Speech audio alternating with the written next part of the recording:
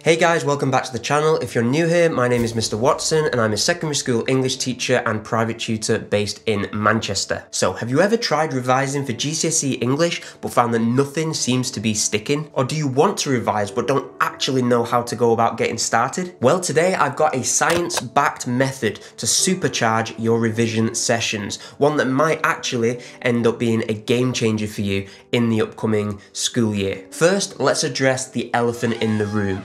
GCSE English is no joke. From grappling with Shakespearean plays to trying to understand intricate literary devices and social commentary, it can be incredibly intense and often feel overwhelming. And the thing is, many of us are at a disadvantage because we never actually fully understand the text. We might reread the texts or read summaries online hoping for a miracle and that everything will just click into place and that we'll just get it like that. But unfortunately, reading or revising without a focus very rarely achieves anything other than making us feel disheartened and annoyed and frustrated and just fed up with everything. And sadly, a lot of us give up at this point because we think English is just too hard and that we'll never get it. But what if I told you that the subject isn't necessarily the problem and that the real culprit is the way you're going about your revision? Enter the Pomodoro Technique. Named after a kitchen timer, this incredibly popular time management technique is the brainchild of Francesco Cirillo from back in the 1980s. The kitchen timer in question was shaped like a tomato, and the Italian word for tomato is Pomodoro, hence Pomodoro Technique. Here's how the technique works. You study it with laser focus for 25 minutes straight, and then you reward yourself with a 5-minute break. That makes up one cycle. After 4 cycles, you reward yourself with a longer 15 to 30-minute break. So why do I believe that using this technique is perfect for revising GCSE English and could even be a game changer for your own revision? Because studying English isn't about cramming.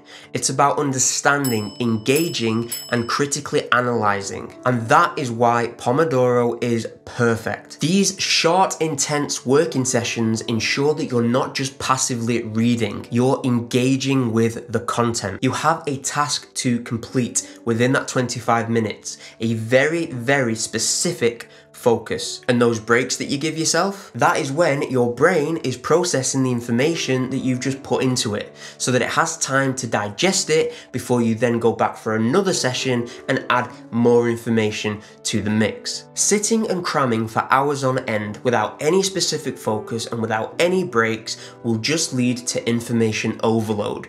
And then your brain will naturally protect itself by shutting down and stopping all information from coming in, and therefore you won't retain any of it and you'll forget it, and all that time you've spent, all those hours you've spent reading and cramming and getting stressed out and worked up will be for nothing. Not only that, but the Pomodoro technique also increases the brain's incentives for reward, meaning you'll be more likely to actually want to work intensely for those short sessions because you know that it won't be very long until you can treat yourself to a break. Now let's be honest, 25-minute sessions are not that long at all. And in my experience of using this technique with my own work, you'll find that actually that 25 minutes goes very, very quickly when you're focused and engrossed in a task. If you're still not convinced that the Pomodoro technique is right for you in the upcoming school year, then let's bring some evidence into the mix. New York-based entrepreneur and success coach Chris Winfield found that by using the Pomodoro technique,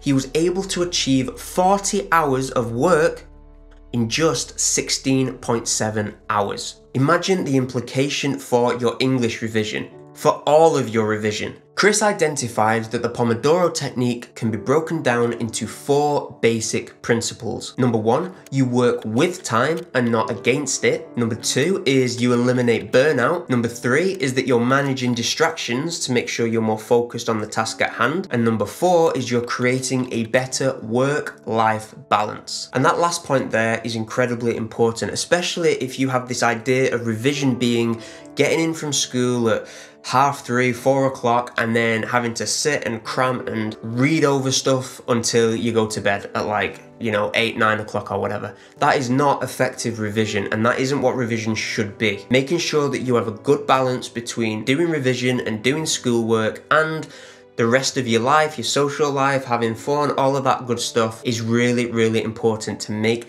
revision effective.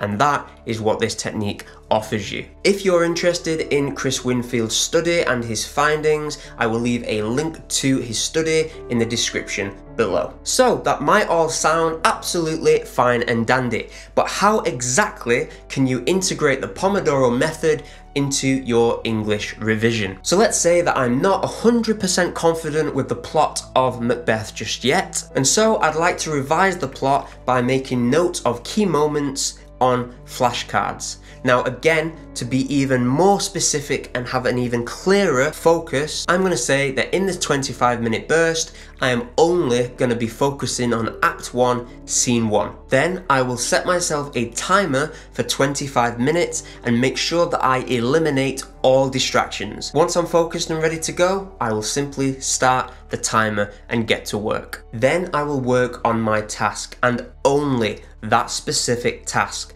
until the timer goes off 25 minutes later.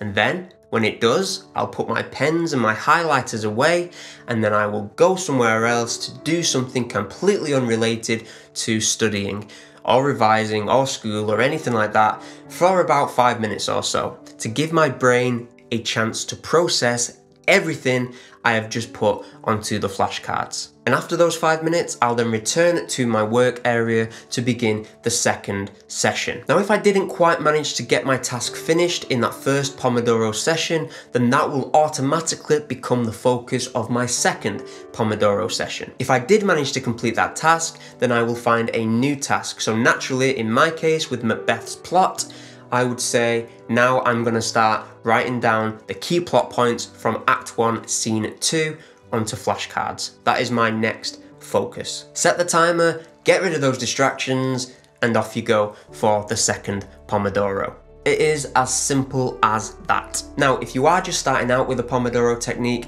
I would personally recommend that you begin by just doing a single Pomodoro session a day. So that means a single 25-minute burst. Then what you can do when you're a little bit more comfortable with it and you're understanding how it works a little bit better, you can increase the number of Pomodoros that you do and build from there. And remember, you can tailor the timings to suit you better. So for example, maybe instead of doing 25-minute work and a 5-minute break, it might be better for you to do 30 minutes work and a 10-minute break or something like that. It is adaptable, so change it to what works best for you. Now, before you dive in, a word of caution. It's very easy to just keep adding Pomodoros to your sessions, which will ultimately lead to burnout. And that is what you want to avoid at all costs. It defeats the whole point of the technique. Remember, it is about the quality of your revision, not the quantity of it. What you want to do is make sure you're revising and using your time in a smart and efficient